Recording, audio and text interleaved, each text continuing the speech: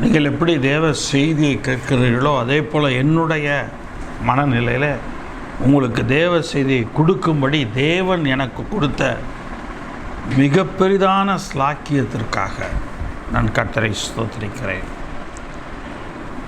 1ஆம் தேதி வாக்குத்தத்த தேவ செய்தியாக கர்த்தர் கைவிடாத தேவன் என்று சொல்லி நீங்கள் வாக்குத்தத்த வார்த்தையை கேட்டிருப்பீர்கள். யாக்கோபுக்கு தேவன் சொன்ன வார்த்தை ஆதியாகமம் 28ஆம் அதிகாரம் 15ஆம் வசனம். அதில் நாம் பார்க்கிறோம், நான் உனக்கு சொன்னதை செய்யும் அளவும் உன்னை கைவிடுவதில்லை என்று சொல்லி தேவன் சொன்னார். இதுதான் நமக்கு வாக்குத்தத்தம். இந்த ஜூன் மாதத்தில் தேவன் நம்மை கைவிட மாட்டார். அந்த 1ஆம் தேதி 3 காரியங்களை நாம் அங்கே பார்த்திருந்திருப்போம். கர்த்தர் சிறுமையும் எளிமையுமானவர்களை கைவிடாத தேவனாக இருக்கிறார் என்று பார்த்திருப்போம். அதே போல நீதிமானை கைவிடாத தேவன் என்று சொல்லி 2வது காரியமாக நாம் பார்த்திருப்போம். 3வது காரியமாக கர்த்தருடைய முகத்தை தேடுகிறவர்களை அவர் கைவிடுவதில்லை என்று சொல்லி நாம் பார்க்கிறோம். எனக்கு அருமையான தேவனுடைய பிள்ளைகளே, கர்த்தர் கைவிடாத தேவனாக நம்முடைய தேவன் இருக்கிறார். அவர் அந்த 28ஆம் வசனம் 28ஆம் அதிகாரம் 15ஆம் வசனத்தை முழுது பாருங்க. நான் உன்னோட இருந்து நீ போகிற இடத்திலெல்லாம் உன்னை காத்து கூட இருக்கிறார். நம்மோடு கூட தேவன் இருக்கிறார். எப்படி யாக்கோபோடு நான் கூட இருப்பேன் என்று சொல்கிறாரோ அதே போல நம்மோடு கூட இருந்து தேவன் நாம் போகிற எல்லா இடத்திலும் நாம் செய்கிற எல்லா காரியங்களிலும் தேவன் நம்மை காக்கிறார். நம்மை காத்து மறுபடியுமாக நாம் திரும்பி வர பண்ணுகிறார். நம்முடைய வாழ்க்கையில் காலையில் வேலைக்காக போகிறவர்கள், படிப்பிற்காக போகிறவர்கள் என்று எத்தனையோ பேர் அவரவர்களுடைய காரியங்களுக்காக போகும்போது தேவன் நம்முடைய வாழ்க்கையில் நமக்கு இப்படிப்பட்டதான ஒரு பெரிய ஸ்லாக்கியத்தை தேவன் கொடுத்திருக்கிறார். கர்த்தருடைய சமூகத்தில் ஜெபிப்போம். பிதாவை, இந்த அருமையான நல்ல வேலைக்காக உமக்கு ஸ்தோத்திரம் ஆண்டவரே. ஆண்டவரே, கடந்த 1ஆம் தேதி நாங்கள் தேவ செய்தியை கேட்டோம். நீர் கைவிடாத தேவன் என்று சொல்லி நாங்கள் அறிந்து கொண்டோம். இன்றைக்கு அந்த செய்தியின் 2வது பகுதியை ஞாயிற்றுக்கிழமை இந்த செய்தி யூடியூப் வழியாக கேட்கிறோம். ஆண்டவரே, இந்த வாரம் நீர் கொடுக்கிற வார்த்தையின்படியும் எங்களை கைவிடாதபடி எங்களை நீர் காத்துக்கொள்ள வேண்டும். ஆட்சி தொடர்ந்து நீர் வழி நடத்தும்.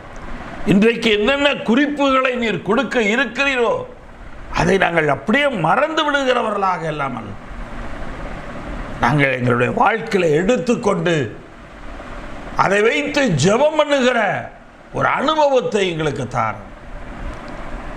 கர்த்தர் பெரிய காரியங்களை செய்கிறாங்க. இயேசுவின் மூலம் ஜெபிக்கிறோம் ஜீவனுள்ள பிதாவே, ஆமென். எனக்கு அருமையான தேவனுடைய பிள்ளைகளே, கடந்த வாரம் கடந்த ஞாயிற்றுக்கிழமை 1ஆம் தேதி கர்த்தருடைய வாக்குத்தத்த செய்தியை கேட்டுப்பீர்கள். தேவன் நம்மோடு கூட இருந்து நம்மை காத்து திரும்பி வீட்டுக்கு வர பண்ணுகிறார். அல்லது நாம் எங்கே தங்கி இருக்கிறோமோ அந்த இடத்துக்கு நம்மை மறுபடியும் திரும்பி வர பண்ணுகிற தேவனாய் அவர் இருக்கிறார். கர்த்தருக்கே மகிமை உண்டாகட்டும். அது எத்தனை காரியங்களாக இருந்தாலும் சரி, அத்தனை காரியங்களை நாம் செய்யும் பொழுதெல்லாம் நம்மோடு கூட இருக்கிறார் அவர். தேவன் கூட இருந்தாலே போதும், நாம் செய்கிற காரியங்கள் எல்லாம் வாய்க்கும். இப்போ ஒரு சாதாரணமாக ஒரு நபரிடத்தில் சொல்வார்கள், நீங்க கொஞ்சம் இருங்களேன், நீங்க கொஞ்சம் இருங்களேன். ஆக கர்த்தர் சொன்னதை செய்யும் அளவும் அவர் கைவிட மாட்டார். ஏசாயா 54:6 பார்க்கிறோம். கைவிடப்பட்ட மனம் நொந்தவளான ஸ்திரீயை போலவும் இளம் பிராயத்தில் விவாகம் செய்து தள்ளப்பட்ட மனைவியை போலவும் இருக்கிற உன்னை கர்த்தர் அழைத்தார் என்று உன் தேவன் சொல்லுகிறார். கர்த்தராகிய தேவன் அங்கே சொல்லுகிறார், நீ கைவிடப்பட்டவர். மனுஷனால் நீ கைவிடப்பட்டிருக்கிறாய். மனுஷர்களால் கைவிடப்பட்டு மனம் நொந்து போய் நீ இருக்கிறாய். தேவனுடைய வார்த்தை எங்கே அப்படி இருக்கிறது? எனக்கு அருமையான தேவனுடைய பிள்ளைகளே, நம்முடைய வாழ்க்கையில் நமக்கு யாரும் உதவி செய்ய இல்லை என்று சொன்னால், ஆண்டவரே என்னப்பா ஒருத்தருமே இல்லையே, ஆண்டவரே யாராவது ஒருத்தர் எனக்கு உதவி செய்யும்படியாக எனக்கு ஒரு ஆட்களை அனுப்புங்கப்பா, இந்த காரியங்களை எப்படி நான் செய்து முடிப்பேன் என்று எனக்கு தெரியவில்லை, எனக்கு இந்த காரியங்களை எல்லாம் வாய்க்க பண்ணுங்க ஆண்டவரே என்று சொல்லி கர்த்தரிடத்தில் கேட்பார். தேவன் நிச்சயமாகவே நமக்கு ஆட்களை அனுப்புவார். பக்கபலமாக தேவன் அனுப்புவார். அவருடைய கோபம் ஒரு நிமிஷம்தான். அந்த கோபத்திலே கைவிடுகிற ஒரு நிலை ஒரு இமைப்பொழுதுதான். 7ஆம் வசனத்தில் ஏசாயா 54:7 இமைப்பொழுது உன்னை கைவிட்டேன் என்று சொல்லுகிறார். ஏன் தெரியுமானா, தேவ பிரசன்னத்தை இழந்து விட்டால் நம்ம அறியாத ஒரு தடுமாற்றம் நம்முடைய வாழ்க்கையில் உண்டாகிவிடும். நம்ம அறியாத ஒரு தடுமாற்றம். என்ன செய்ய போறோம், என்ன பண்ண போறோம், எப்படி இதை பண்ண போறோம், எப்படி இதை சமாளிக்க போறோம், இந்த சூழ்நிலையிலிருந்து மீண்டு வந்துருவோமா, இந்த சூழ்நிலையை தாண்டி வந்துருவோமா, வாழ்க்கையில் எல்லாம் மாறிடுமா, நமக்கு ஏங்குகிறோம். ஆத்துமா கலங்குகிறது, ஆத்துமா தியங்குகிறது. என் ஆத்மாவே நீ ஏன் எனக்குள் கலங்குகிறாய், ஏன் எனக்குள் தியங்குகிறாய்? கர்த்தரையே நோக்கி காத்திரு. சங்கீதக்காரனுடைய அனுபவம். அவன் ஆத்மாவோடு பேசுகிறான். அவனுக்குள் பயம் இருக்கிறது, திகைப்பு இருக்கிறது. மலைச்சு போய் நின்றிருக்கிறோம் என்று சொல்வார்கள் பேச்சு நடையில். மலைச்சு போயிட்டேன், என்ன பண்றேன்னு தெரியாம அப்படியே திகைப்பாயிடுச்சு எனக்கு. மாற்றுவாருங்க. அது ஒரு இமைப்பொழுது, அவங்க கண்ண மூடி திறக்கிற அந்த ஒரு இமைப்பொழுதுதான். ஆனால் உருக்கமான இரக்கங்களா அவரிடத்தில் இன்னொன்று இருக்கிறது. நம்முடைய கைவிடாத தேவனுடைய சுபாவம் உருக்கமான இரக்கம். புதிய ஏற்பாட்டிலே ஆண்டவராகிய இயேசு கிறிஸ்து ஒரு ஊருக்கு போகும் பொழுது அங்கே ஒரு கைம்பெண் தன் மகனை, இறந்து போன தன் மகனை எடுத்துக்கொண்டு வரும்போது அழுது கொண்டே வருவாள். இயேசு பார்ப்பார். அவளை பார்த்த மாத்திரத்தில் யாரும் அவளிடத்தில் சொல்லவில்லை, இயேசுவிடத்தில். ஆனால் இவர் பார்த்து விட்டு மனதுருகினார் என்று சொல்லி அங்கே பார்க்கிறோம். மனதுருகி உடனே அந்த பாடையின் கிட்டே வந்து அந்த பையனின் மேலே கைகளை வைக்கிறார். அவன் எழுந்து உட்கார்ந்து அவன் பேசுகிறான். நம்முடைய தேவன் மனதுருகுகிற தேவன், மனம் மாறுகிற தேவன் அல்ல. மனம் மாறுவது என்பது மனுஷனுடையது. மன உருக்கம் என்பது தேவனுடையது. மனதுருகி தேவன் அந்த இடத்துல ஆசீர்வாதத்தை தருகிறார், சேர்த்து கொள்ளுகிறார், நம்மோடு சேர்ந்து கொள்ளுகிறார் அல்லது அவரோடு சேர்த்து கொள்ளுகிறார். அப்ப சேர்த்து கொள்ளும் பொழுது நமக்கு எல்லாவித பாதுகாப்பு, எல்லாவித அரவணைப்பு எல்லாமே நமக்கு கிடைக்கிறது. எனக்கு அருமையான தேவனுடைய பிள்ளைகளே, 1 ராஜாக்களின் புத்தகம் அந்த இடத்துல பார்ப்பீர்களேனால் 18ஆம் அதிகாரம் 46ஆம் வசனம். 1 ராஜாக்கள் 18:46. கர்த்தருடைய கை எலியாவின் மேல் இருந்ததினால் என்று சொல்லி பார்க்கிறோம். அப்ப கர்த்தருடைய கை எலியாவின் மேல் இருந்தது. அங்கே இருந்த எல்லா காரியங்களையும் நீங்கள் பார்ப்பீர்களே. ஆனால் 1 ராஜாக்களின் புத்தகம் கிட்டத்தட்ட நீங்கள் அந்த இடத்துல 17ஆம் அதிகாரத்திலிருந்து நீங்கள் பார்க்கலாம். அங்கே தேவன் எலியாவை கொண்டு செய்கிற காரியங்களை எல்லாம் அங்கே சொல்வார். 17ஆம் அதிகாரம் 1ஆம் வசனம். கீழையாத்தின் குடிகளிலே திஸ்பியனாகிய எலியா ஆகாப்பை நோக்கி, என் வாக்கின்படி அன்றி இந்த வருஷங்களிலே பனியும் மழையும் பெய்யாதிருக்கும் என்று இஸ்ரவேலின் தேவனாகிய கர்த்தருக்கு முன்பாக நிற்கிற நான் அவருடைய ஜீவனை கொண்டு சொல்லுகிறேன். எலியா அங்கே ஆகாப் ராஜாவிடத்தில் பேசும்போது சொல்லுகிறான், பனியும் மழையும் பெய்யாது, கர்த்தருடைய ஜீவனை கொண்டு நான் சொல்லுகிறேன். அந்த ராஜாவுக்கு முன்பாக அந்த சொல்லுவதற்கு இருந்த தைரியம் எப்படி? கர்த்தருடைய கை எலியாவின் மேல் இருந்தபடியினால்தான் அவனால் ஆகாப் ராஜாவை பார்த்து அந்த காரியங்களை, கடுமையான காரியத்தை அவன் பேசுகிறான். மிக கடுமையான வார்த்தைகள் அங்கே அவன் சொல்லுகிறான். தேவன் அவனோடு இருந்தார். அதே போல நீங்கள் அந்த இடத்துல பார்ப்பீர்களே, ஆனால் கர்த்தர் அவனோடு இருந்தபடியினாலே தேவன் 18ஆம் அதிகாரத்தில் மறுபடியும் ஆகாப் ராஜாவை பார்க்க வைப்பார். நீ போய் பாரு, அவனை போய் சொல்லு, மழையை பெய்ய பண்ணுவேன். ஆக மறுபடியும் ஆகாப் ராஜாவை போய் பார்க்க போகிறான். 3 வருஷம் மழையும் கிடையாது, பனியும் கிடையாது. கர்த்தர் அதை மாற்றுகிறார். அப்ப மறுபடியும் அவனை போய் பார்க்கிறதுக்குரிய அந்த தைரியத்தை தேவன் அங்கே தருகிறவராய் இருக்கிறார். கர்த்தருடைய நாமம் மகிமைப்படுவதாக, கர்த்தருக்கே எல்லா விதத்திலும் மகிமை உண்டாவதாக. எனக்கு அருமையான தேவனுடைய பிள்ளைகளே, இந்த அதிகாரத்தில் நீங்கள் பார்ப்பீர்களே, ஆனால் பாகால் தெய்வமானால் நீ பாகாலை வணங்கு, கர்த்தர் தெய்வமானால் நீ கர்த்தரையே நீ வணங்கு, நீ எதையும் விட்டு விலகிடாத என்று தேவன் சொல்லுவார். நீ எந்த ஒரு காரியத்திலும் ஒரு மனதோடு இருக்க பாருங்க என்று தேவன் சொல்லுகிறார்.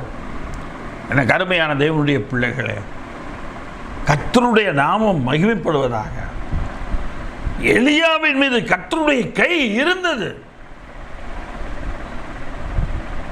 அப்ப அதே போல நம் மீதும் அவருடைய கை இருக்கும்.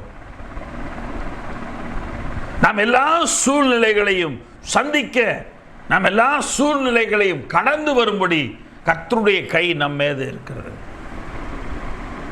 எல்லா சூழ்நிலை, எப்படிப்பட்ட சூழ்நிலையா இருந்தாலும் சரி, கடந்து வரும்படி தேவனுடைய கை இருக்கிறது.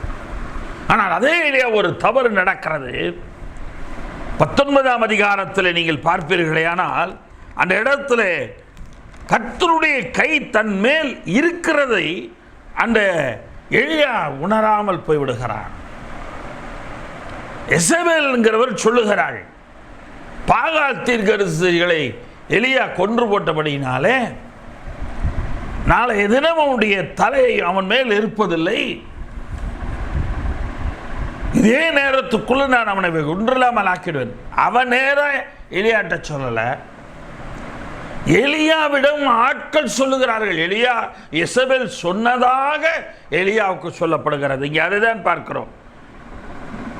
1 ராஜாக்கள் 19ஆம் அதிகாரம் 1-2 வசனங்கள். எலியா செய்த எல்லாவற்றையும் அவன் தீர்க்கதரிசிகள் எல்லாரையும் பட்டயத்தால் கொன்று போட்ட செய்தி அனைத்தையும் அந்த இடத்துல பார்க்கிறோம். ஆகாப் எசபேலுக்கு அறிவித்தான். அப்பொழுது எசபேல் எலியாவினிடத்தில் ஆள் அனுப்பி, அவர்களில் ஒவ்வொருவனுடைய பிராணனுக்கும் செய்யப்பட்டது போல நான் நாளை நேரத்தில் உன் பிராணனுக்கு செய்யாதே போனார் தேவர்கள் அதற்கு சரியாகவும் தேவர்கள் அது அதிகமாகவும் எனக்கு செய்ய கடவர்கள் என்று சொன்னார். அவ பாகாலை குறித்து அப்படி சொல்றார். நடக்காதது, இல்லாத ஒன்று, வாய்ப்பே இல்லை. தேவன் கூட இருக்கிறார். எனக்கு அருமையான தேவனுடைய பிள்ளைகளே, கர்த்தர் கைவிடாத தேவன். ஆனால் இவன் என்ன செய்கிறான்? பயந்து ஊழியக்காரன் அங்கே விட்டுட்டு இவன் நேராக அங்கே ஓடி போகிறான். ஒரு சூறை செடியின் கீழே போய் படுத்துக் கொள்ளுகிறான். போதும் ஆண்டவரே, அவன் சொல்லுகிற வார்த்தை பார்த்தீங்கன்னா தெரியும். போதும் கர்த்தாவே, என் ஆத்துமாவை எடுத்துக்கொள்ளும், நான் என் பிதாக்களை பார்க்கிலும் நல்லவன் அல்ல என்று இவனே சொல்லிக்கிறான். அதை தேவன் தான் அதை முடிவெடுக்கிறார். இவன் சொல்ற வார்த்தை, நான் பிதாக்களை பார்க்கலும் நல்லவன் அல்ல, போதும் கர்த்தாவே வாழ்க்கை. ஒரு ஸ்திரீ சொன்ன ஒரு வார்த்தை நிமித்தம் அங்கே தேவனுடைய சமூகத்தில் அவன் சொல்லுகிற வார்த்தை இந்த வார்த்தை. கர்த்தருடைய கை நம் மேல் இருந்ததே. ஆகாப் ராஜா இஸ்ரவேலுக்கு வருவதற்குள்ளாக நம்மை கொண்டு வந்து கர்த்தருடைய கரம் சேர்த்ததே. கர்த்தருடைய கை நம்மேல் இருக்கும் பொழுது இவள் என்ன செய்ய முடியும் என்று சொல்லி 450 பாகால் தீர்க்கதரிசிகளை வெட்டி போட்ட எலியாவுக்கு ஒரு எசபேலை வெட்டுவதற்கு எவ்வளவு நேரமாகும்? 450 பேர்களும் குதித்து ஆடி பாடி என்னென்னமோ சொல்லி பாகாலை வணங்குகிறார்களே, ஒன்றுமே ஆகவில்லையே. அப்படி இருக்கும்போது இவள் சொல்லுகிறார், தேவர்கள் எனக்கு செய்யட்டும் அவன் சொன்னான். தேவர்கள் பேர்ல சத்தியம் சொன்னான். அந்த பாகாலே ஒன்றும் பதில் கொடுக்கலையே அவங்க தீர்க்கதரிசிகளுக்கு. அப்ப கர்த்தருடைய கை எலியாவின் மீது இருந்தது. சில சமயத்தை நம்முடைய வாழ்க்கையில நாம் தான் தேவனை மறந்து விடுகிறோம். கர்த்தருடைய கை நம்மோடு கூட இருக்கிறது, கர்த்தருடைய கரம் நம் மேல் இருக்கிறது என்பதை நாம் மறந்து போய் விடுகிறோம். அந்த தப்பு மாற்றணும் செய்யக்கூடாது. எப்பொழுதும் கர்த்தர் என்னோடு இருக்கிறார் என்கிற அந்த உணர்வோடு நாம் இருக்க வேண்டும்.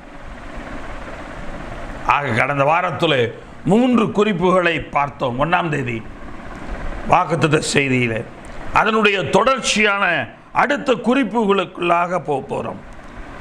சங்கீதத்தின் புஸ்தகம் 37ஆம் அதிகாரம் 28ஆம் வசனம். சங்கீதம் 37:28. கர்த்தர் நியாயத்தை விரும்புகிறவர், அவர் தமது பரிசுத்தவான்களை கைவிடுவதில்லை. ஆக இங்கே பார்க்கிறோம், கர்த்தர் பரிசுத்தவான்களை கைவிடுவது கிடையாது. பரிசுத்தவான்களை கைவிடாத தேவன் நம்முடைய தேவன் இல்லையா? துன்மார்க்கனுடைய சந்ததியோ அறுப்புண்டு போகும், ஆனால் கர்த்தர் பரிசுத்தவான்களை கைவிடுவதில்லை.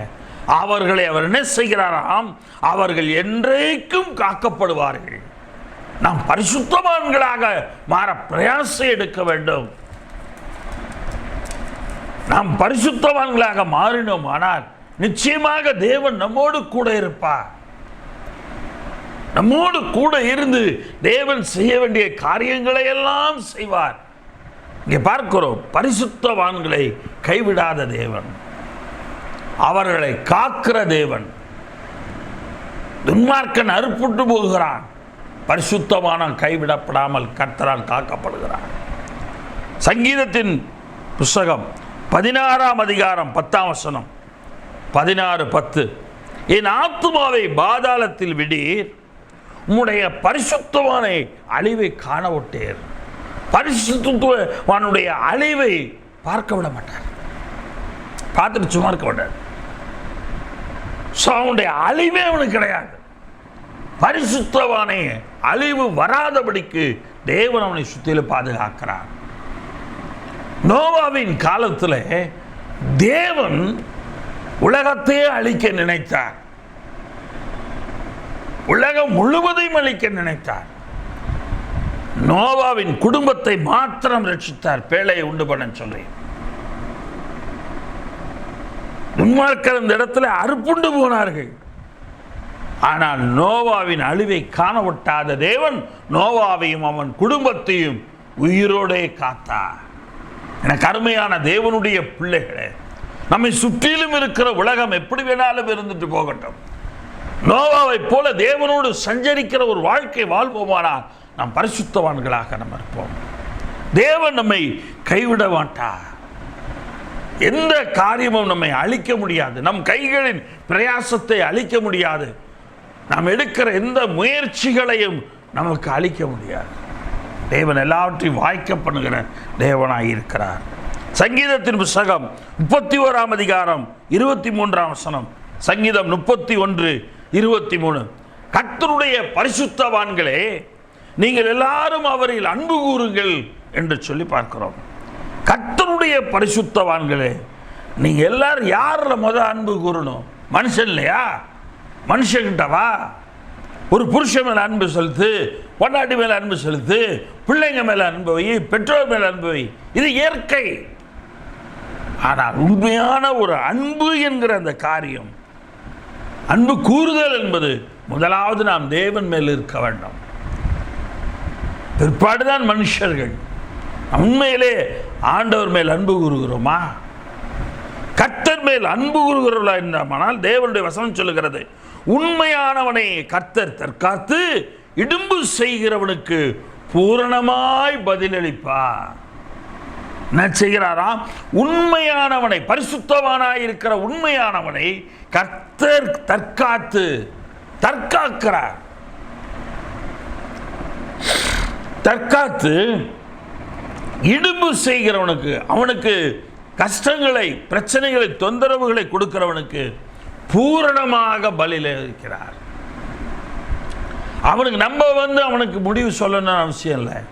தேவனே அந்த இடத்துல அவனுக்கு பதில் கொடுக்கிறார்.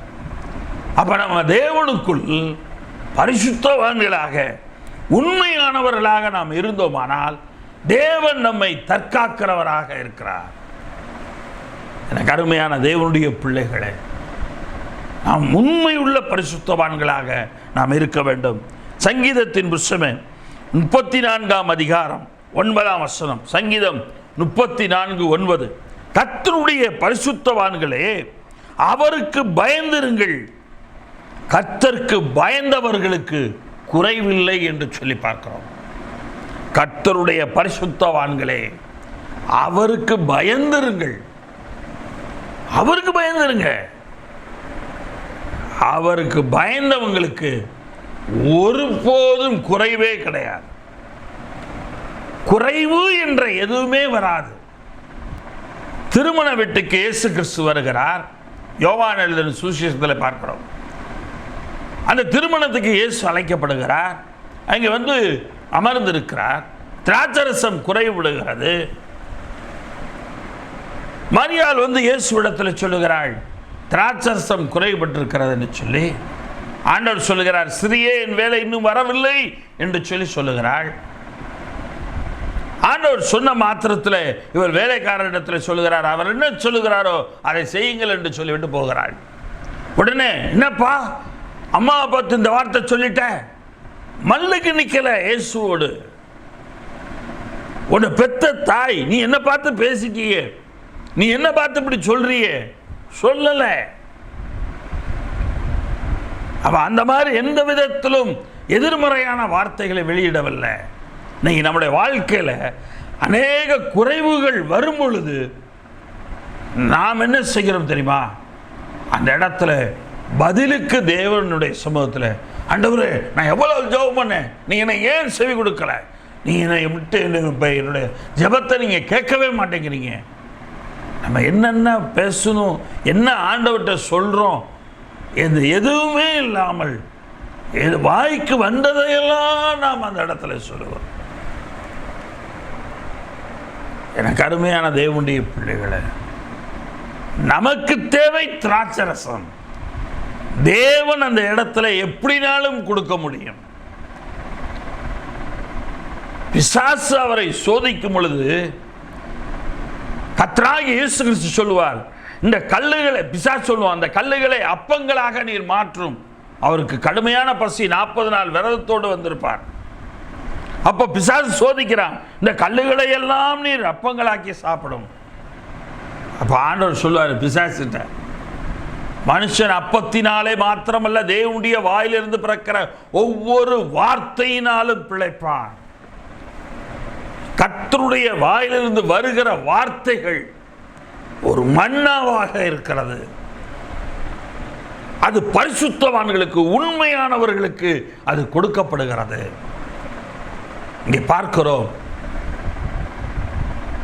இயேசு கிறிஸ்து சொல்லுகிறார், திராட்சரச குறைபட்டது வேலைக்காரவங்களை கூப்பிடுறார், இந்த கச்சாடி ஆற எடுத்துருவாப்பா, தண்ணி எல்லாம் அதில் ஊத்து, மொண்டு கொண்டு போய் கொடு. தண்ணியில் கை வச்சாரா? அல்லது ஜோமனார் அந்த இடத்துல உள்ளுக்குள் ஜோமன் இருப்பார். இப்ப சொல்றாரு, எடுத்துட்டு போ தண்ணிய. போனா அங்க திராட்சரசமா எல்லாருக்கும் கொடுக்கப்படுது. அதுதான் கர்த்தர். நம்முடைய பார்வையில் அது தண்ணி, ஆனால் கர்த்தர் அதை ஆசீர்வாதமாய் நம்ம கொடுக்கிறார். அதை நம்ம என்னைக்கு மறந்து போகிறோம். முதல்ல நினைவில் வைத்துக் கொள்ள வேண்டும். தண்ணீரை ஊத்தினவனுக்கு தான் தெரியும் அது தண்ணீர் என்று சொல்லி, அதை மொண்டு செல்லுகிறவனுக்கு தான் தெரியும் அது தண்ணீர் என்று சொல்லி. ஆனால் ஊத்தும் போது திராட்சரசம் அவன் அந்த கல்யாண வீட்டிலே சாட்சியாய் மாறுகிறது. எப்ப எல்லாரும் முடிவில் ருசி குறைந்ததை கொடுப்பார்கள், நீர் கடைசி வரைக்கும் ருசி மிகுந்ததை நீர் வைத்திருந்தீரே என்று சொல்லி சொல்வார்கள். இயேசுவை பார்த்து கடைசி வரைக்கும் நீர் வைத்திருந்தீங்க. தேவன் கடைசி வரை நம்மை கைவிட மாட்டார். தாயின் கருவிலே இருந்த பொழுதே தேவன் நம்மை முன்னறிந்தவர். முடிவு பரியந்தம் நம்மை கைவிட மாட்டார். நாமெல்லாம் எங்க விலகி போனாதான். எனக்கு அருமையான தேவனுடைய பிள்ளைகளே, ரோமருக்கு எழுதின நிருபம் 12ஆம் அதிகாரம் 13ஆம் வசனம். ரோமர் 12:13, பரிசுத்தவான்களுடைய குறைவில் அவர்களுக்கு உதவி செய்யுங்கள் என்று சொல்லி பார்க்கிறோம். பரிசுத்தவான்களுடைய குறைவிலே நாம் உதவி செய்கிறவர்களாக இருக்க வேண்டும். 2 கொரிந்தியர் 9ஆம் அதிகாரம் 1ஆம் வசனத்திலே பரிசுத்தவான்களுக்கு செய்ய வேண்டிய தர்ம சகாயத்தை குறித்து நான் அதிகமாக உங்களுக்கு எழுத வேண்டியதில்லை, உங்களுக்கு முன்னமே தெரிந்திருக்கும். அதே அதிகாரம் 12ஆம் வசனத்தை பாருங்க. இந்த தர்ம சகாயமாகிய பணிவிடை பரிசுத்தவான்களுடைய குறைவுகளை நீக்கிறதும் அல்லாமல் அநேக தேவனை சோத்தரிப்பதினாலே சம்பூர்ண பலனுள்ளதாயும் இருக்கிறது. ஆக சம்பூர்ண பலனை கொடுக்க வைக்கிறது. அந்த இடத்துல பரிசுத்தவான்களிலே வாழ்க்கை ஆசீர்வதிக்கப்பட்ட வாழ்க்கை, உருமாற்றம். அவர்களுடைய வாழ்க்கை, அவர்கள் யாரோடு யாருக்காக என்ன செய்கிறார்களோ அது அனைத்தையும் ஆசீர்வாதமாக உருமாற்றுகிறார். உங்களுடைய வாழ்க்கை உருமாற்றுகிறவராயிருக்கிறார். நிச்சயமாக சொல்லுகிறேன், தேவன் உங்களை உருமாற்றுகிறார். சம்பூர்ணமாக தேவன் உங்களை திருப்தியாக்குகிறார். சம்பூர்ணமாக தேவன் உங்களை நடத்துகிறார். கருமையான தேவனுடைய பிள்ளைகளே, 149ஆம் சங்கீதம் 5ஆம் வசனம் முதல் பார்க்கிறோம். பரிசுத்தவான்கள் மகிமையோடு கலிகூர்ந்து தங்கள் படுக்கைகளின் மேல் கம்பீரிப்பார்கள். பரிசுத்தவான்கள் என்ன செய்வாங்களா? மகிமையோடு கலிகூர்ந்து தங்கள் படுக்கைகளின் மேல் கம்பீரிப்பார்கள். படுக்கையில் படுத்துக்கிட்டு நாளைக்கு எப்படி சமாளிக்க போகிறோம், நாளைக்கு என்ன செய்ய போகிறோம், எப்படி நம்ம இதை பண்ண போகிறோம் என்று யோசிக்கிறல்ல. பரிசுத்தவான்கள் எதை குறித்து கவலைப்பட மாட்டாங்க, தேவனை குறித்து கம்பீரிப்பாங்க. நம்முடைய வாழ்க்கையில் படுத்து உறங்குகிற அந்த நேரத்தில் கர்த்தரை நோக்கி நாம் கெம்பீரிக்கிறோமா?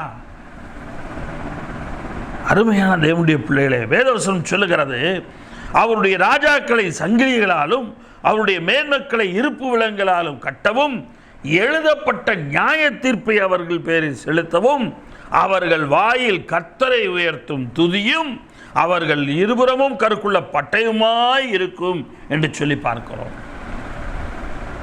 அவர்களுடைய கையில் இருபுறம் கருக்குள்ள பட்டயமும் இருக்கும். அவருடைய வாயில் கர்த்தரை உயர்த்துற துதி, கையில் இருபுறமும் கருக்குள்ள பட்டயம். கர்த்தருடைய பட்டயம், அது கிரியோனின் பட்டயம்.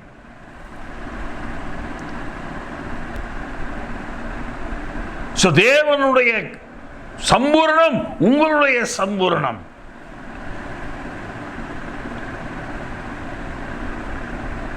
உலக பிரகாரமாக நாம் நம்முடைய பிள்ளைகளுக்கு நல்ல காரியங்களை செய்ய நினைக்கும் பொழுது தேவன் நமக்கு செய்ய மாட்டாரா?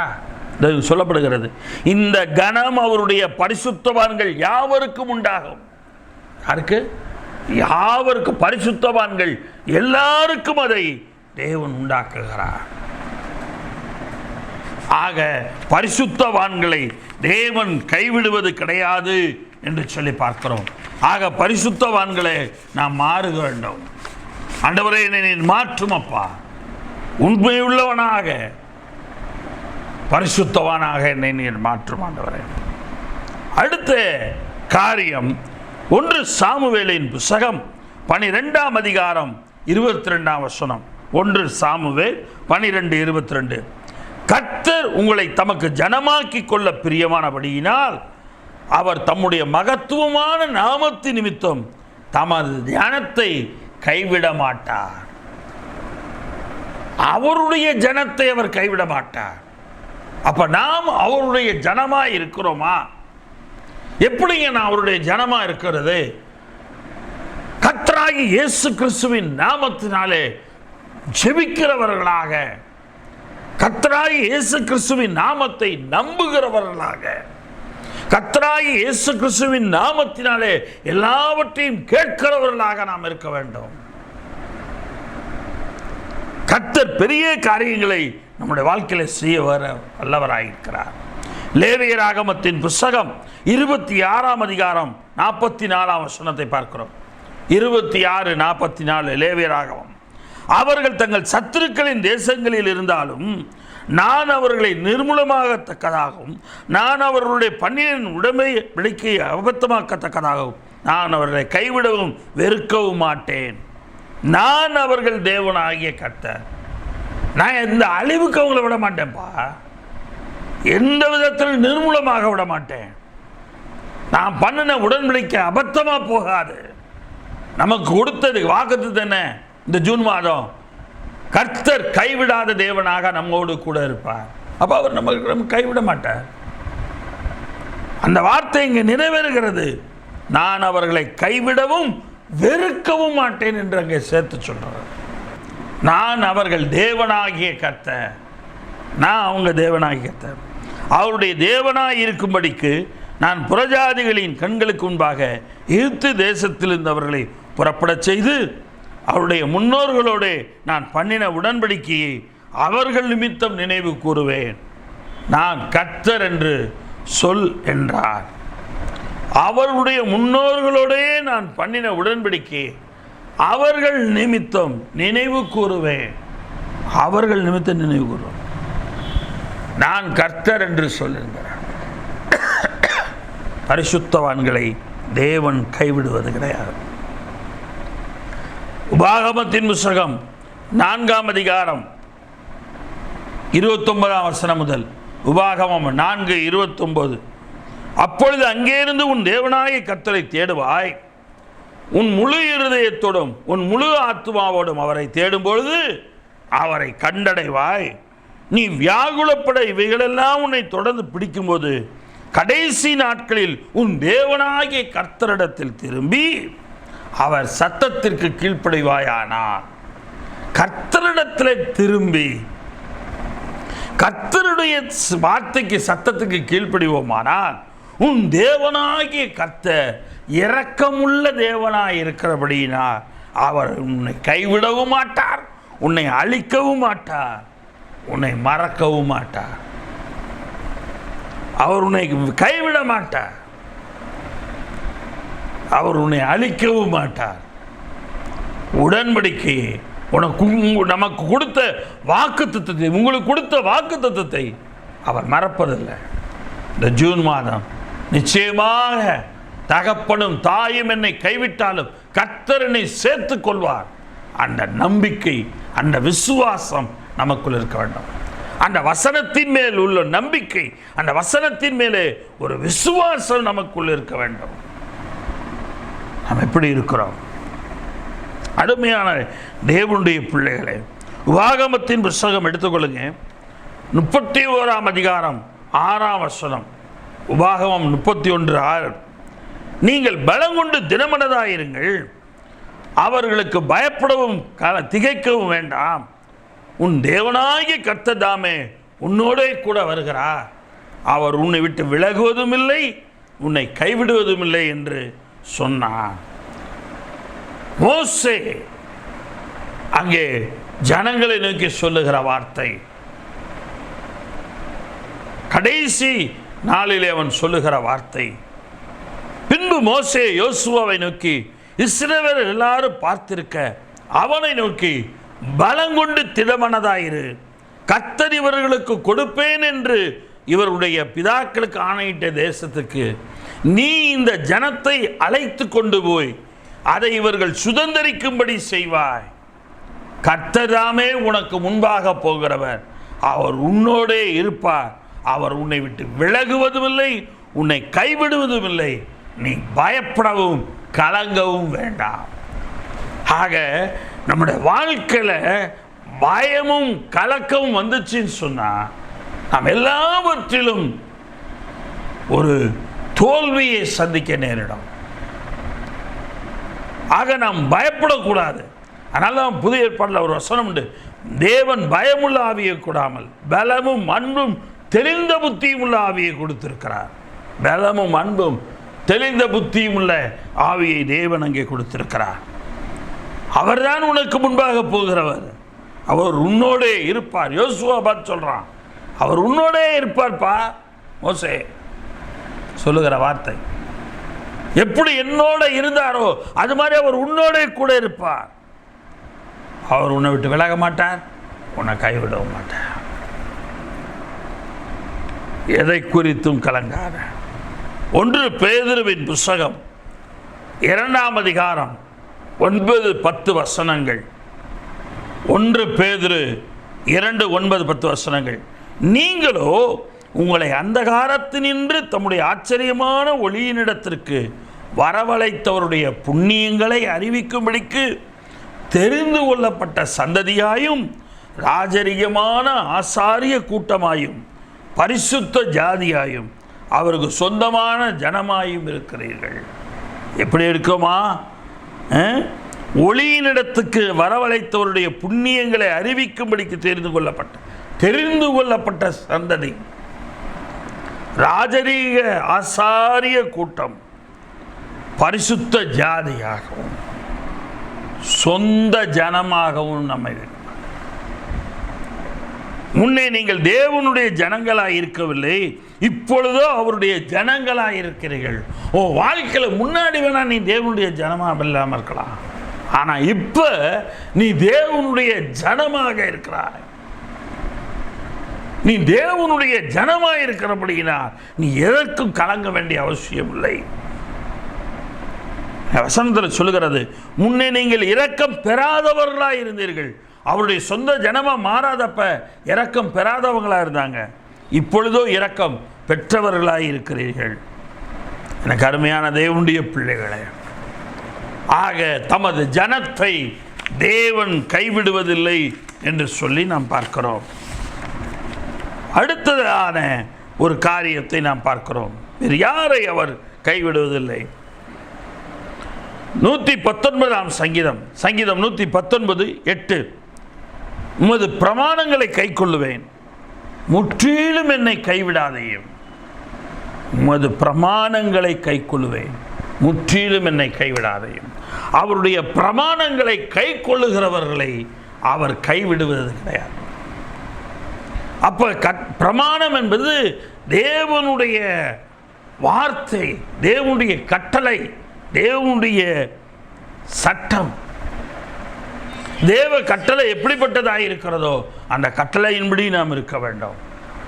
119 சங்கீதம் 23 வசனத்தில் பார்க்கிறோம், பிரபுக்களும் உட்கார்ந்து எனக்கு விரோதமாய் பேசிக்கொள்ளுகிறார்கள், உமது அடியேனோ உமது பிரமாணங்களை என்ன செய்கிறேன், தியானிக்கிறேன். கர்த்தர் என்ன சொன்னாரோ அதை தியானிக்கிறான். நீ கர்த்தருடைய வார்த்தையை தியானிக்கிறோமா சொல்லுங்க? பேருக்கு பைபிளை வாசிச்சுட்டு போறோம், வெளியில போற நேரத்தில், வேலை கிளம்புற அவசரத்தில், இல்லை பள்ளிக்கூடத்து காலேஜுக்கு போகிற நேரத்தில், அந்த போகிற டயத்தில் நம்ம அந்த இடத்துல ஜெபம் பண்ணுறோம். வேதம் வாசிக்கிறது, பேருக்கு வாசிச்சுட்டு போகிறது. ஆழ்ந்த தியானம் செய்ய வேண்டும். இங்கே பார்க்கிறோம், உமது பிரமாணங்களை நான் தியானிக்கிறேன். ஆண்டவர் ஏன் இப்படிப்பட்ட ஒரு வாக்குத்தத்தத்தை கொடுத்தார்? அப்போ ஆண்டவர் நமக்கு இவ்வளோ காரியங்களை செய்ய முடியுமா? நம்மளை கைவிட மாட்டேன்னு சொல்லியிருக்கிறாரு. அப்போ அவர் நம்மளை கைவிட மாட்டார்ல.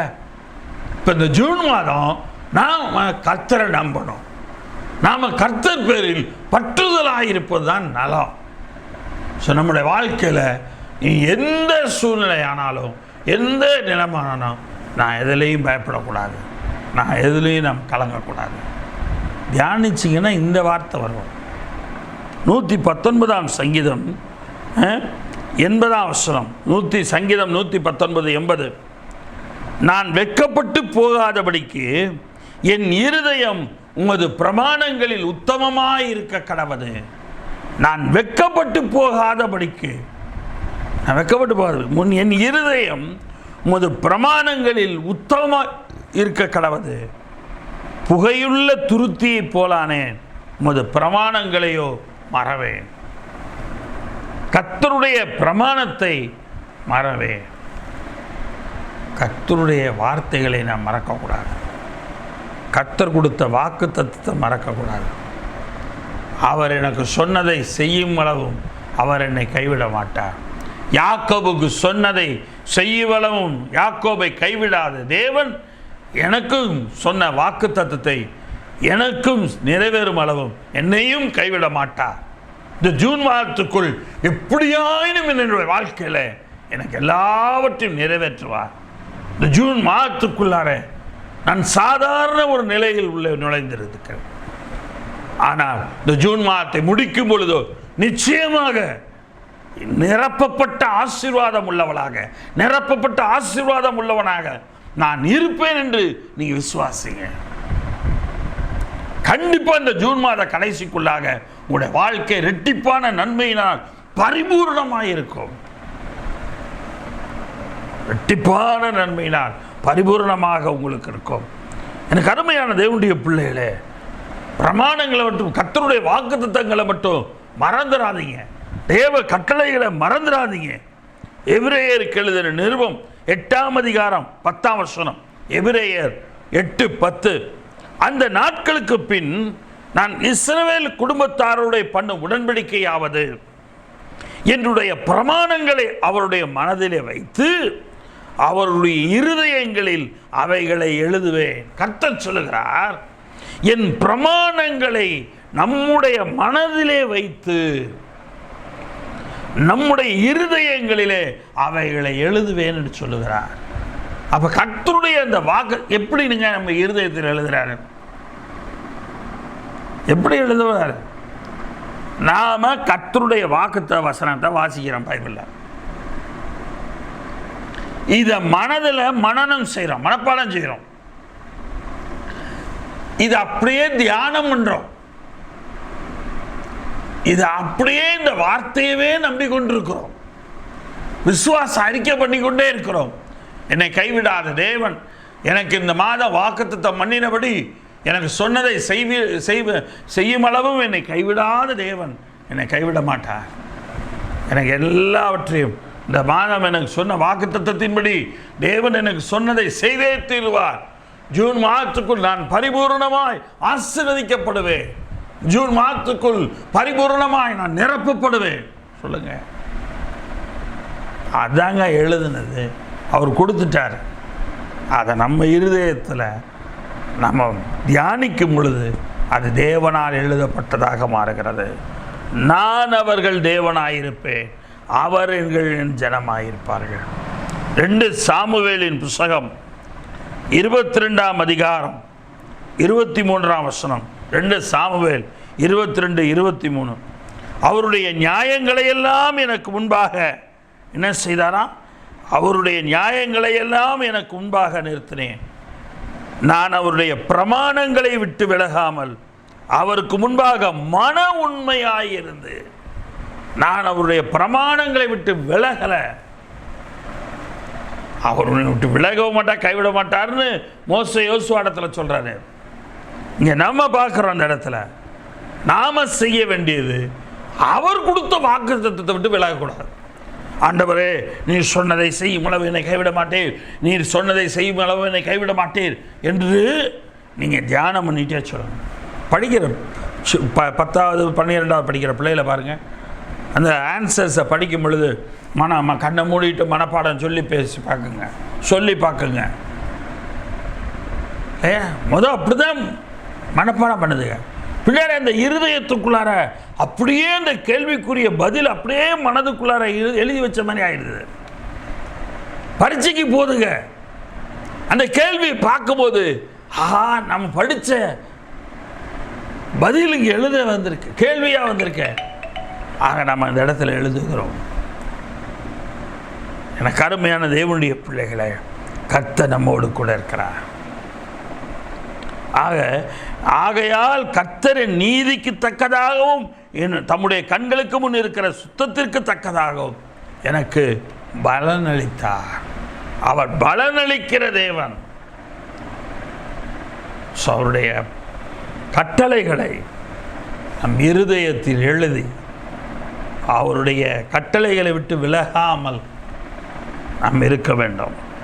யாக்கோபின் புஸ்தகம் 1ஆம் அதிகாரம் 25ஆம் வசனமும் 26ஆம் வசனம். யாக்கோபு 1:25-26.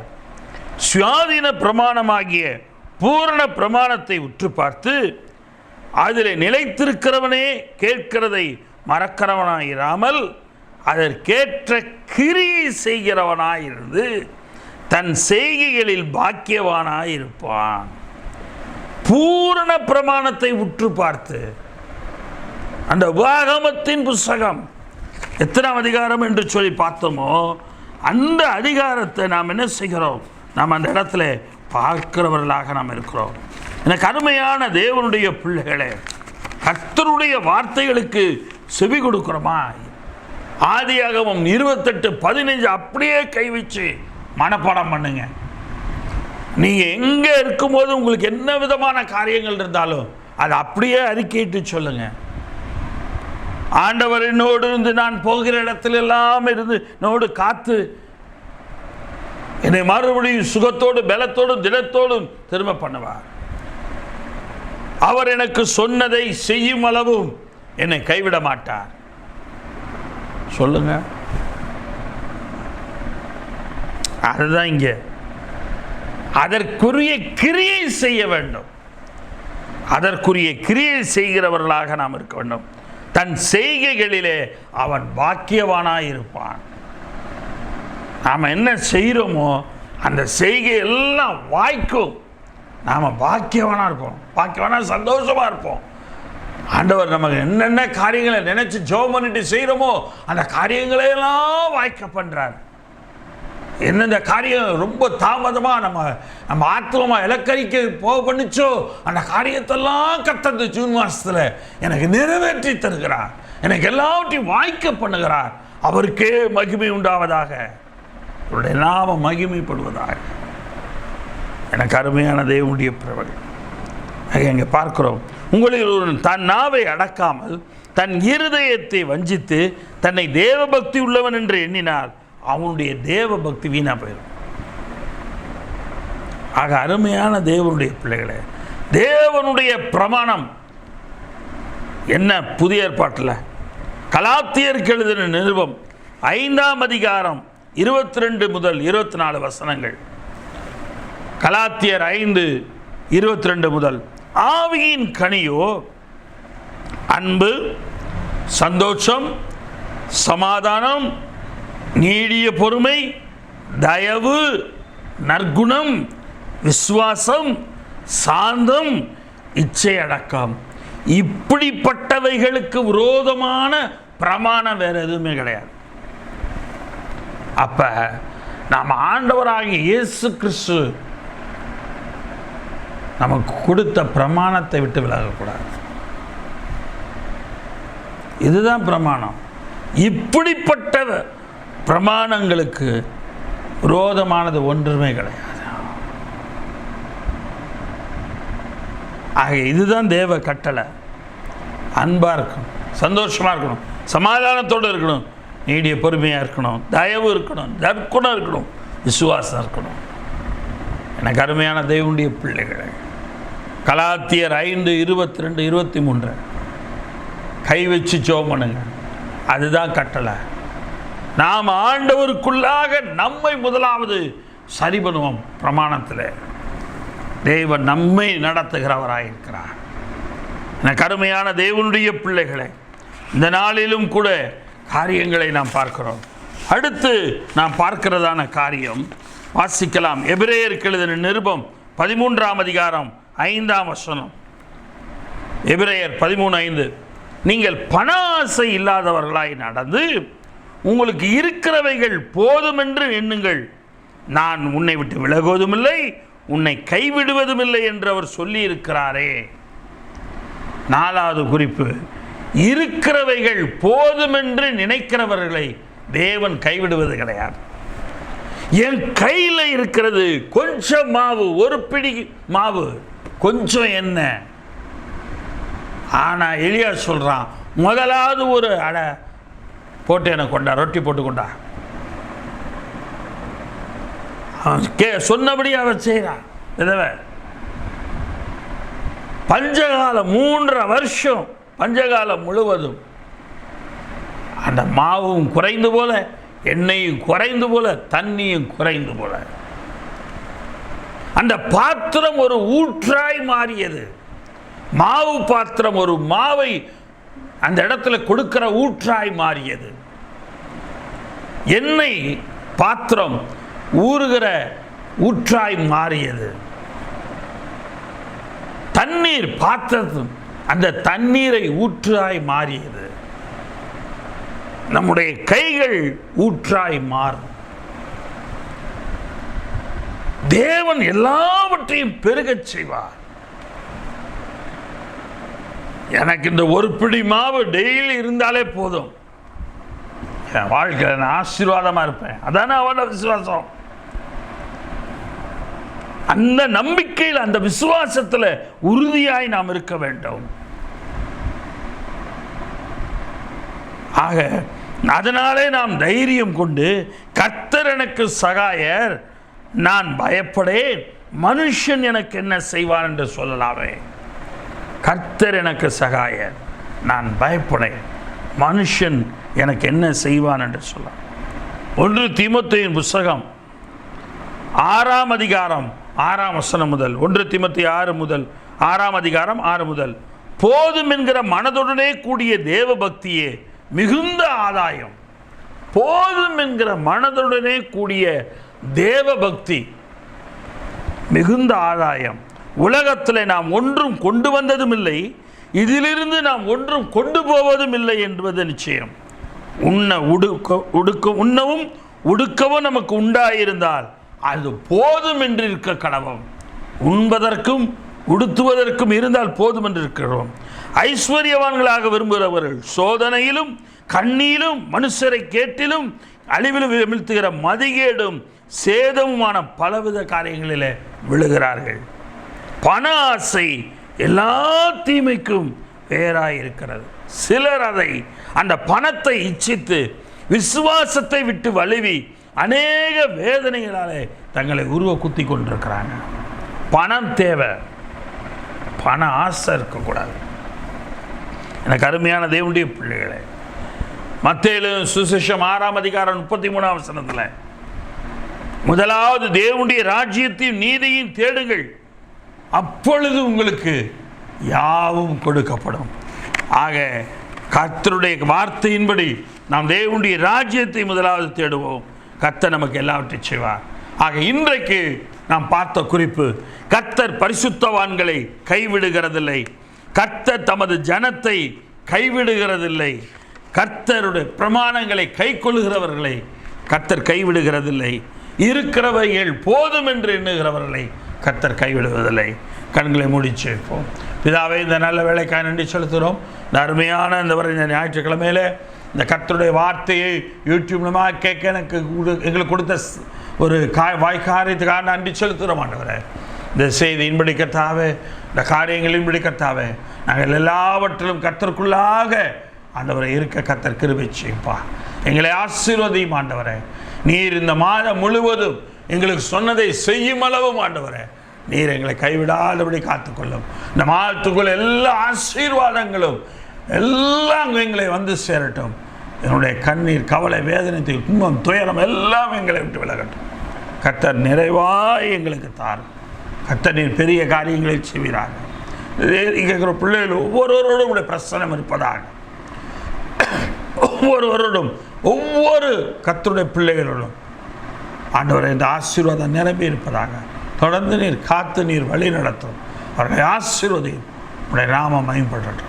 இயேசுவின் நாமத்தில் ஜெபிக்கிறோம் ஜீவனுள்ள பிதாவே, ஆமென். என் ஆத்துமாவை கர்த்தரை, என் முழுவதுமே பரிசுத்த நாமத்தை, என் ஆத்துமாவை கர்த்தரை செய்த சகல உபகாரங்களையும் மறவாதே, ஆமென். உடைய கர்த்தராகிய இயேசு கிறிஸ்துவினுடைய கிருபை, பிதாவாகிய தேவனுடைய அன்பும் பரிசுத்தமுடைய வழி நடத்தலும் பக்கபலமும் பாதுகாப்பும், இந்த மாதம் நமக்கு கொடுத்த வாக்கு தத்தமும் இந்த மாதம் முழுவதும் நம்மோடு கூட இருந்து நடத்துவதாக. ஆமென், ஆமென், ஆமென். நிச்சயமாய் கர்த்தர் உங்களை விட்டு விலக மாட்டார், கைவிடவும் மாட்டார். கர்த்தர் உங்களை ஆசீர்வதிப்பார். ஆமென்.